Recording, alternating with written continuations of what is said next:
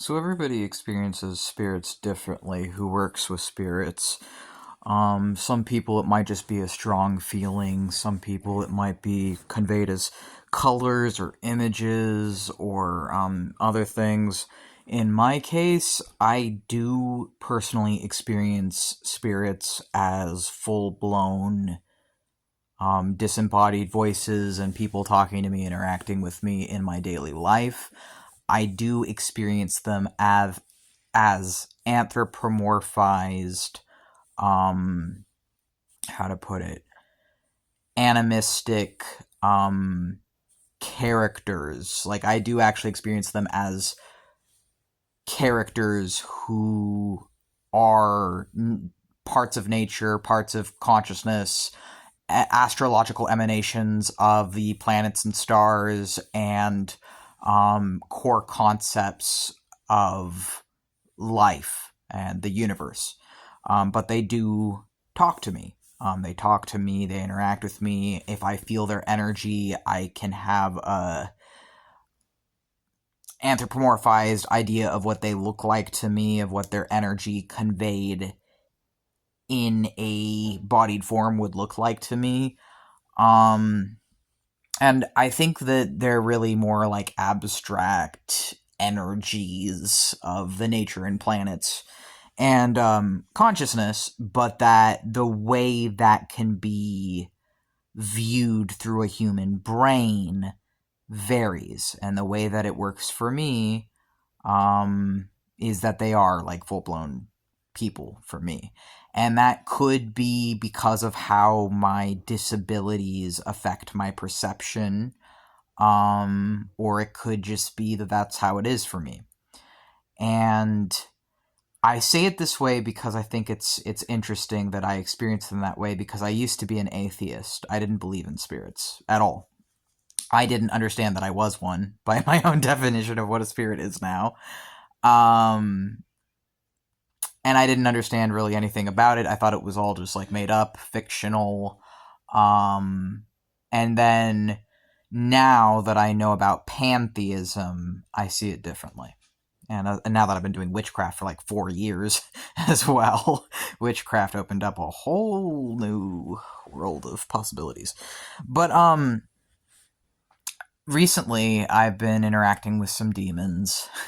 People hear that, they get scared, but really demons are just the ancient gods of nature that were forsaken and demonized by humanity. And demon comes from the Greek daimon or daemon, which were gods and spirits. They're not in any way like what people like say, like evil, wicked spirits. That didn't happen until monotheism ruined everything. But I was talking with Vale 4 the other day, and I was with Vale 4, and then after that, the next day I was with Osmodius, and I slept most of the day actually away because I was meditating. I made an offering to Osmodius in the morning, and I was talking with him and meditating on him. And then I fell asleep because he was trying to show me like a world or something, and I was trying to like. People call it astral projection. I prefer to see it as altered states of consciousness, meditative trance state is my preferred term. I don't like to use terms like astral because of my cult experiences. And while in this, he was trying to like show me some things, but it didn't quite like I meditated, I calmed my body down, and then I was with Osmodius and I was trying to see what he was showing me, but it kind of just looked like a small Las Vegas town. Like when I tried to see it, it just looked like there was McDonald's, there was oh god, what was it? It was like lots of neon signs. I think there was like gambling places and like brothels, and it didn't quite work with my brain, I don't think. Whatever he was trying to show me, he was trying to show me a place, I think, and I'm like, this just looks like Las Vegas. Like, what is this? But then I fell asleep for like hours, and I just slept next to him for hours, and then I think at some point he kind of woke me up a little bit, and he's like, hey, I gotta go, I'll talk to you later.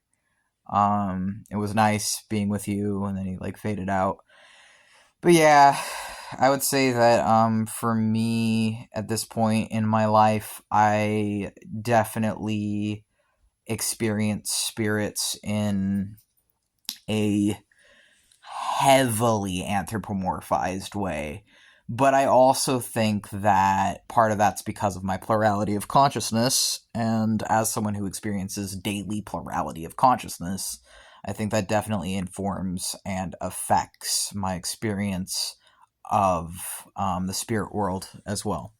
As I don't believe that the spirit world is separate from consciousness, but that it's an extension of consciousness, and it exists between the dreaming world and awake world.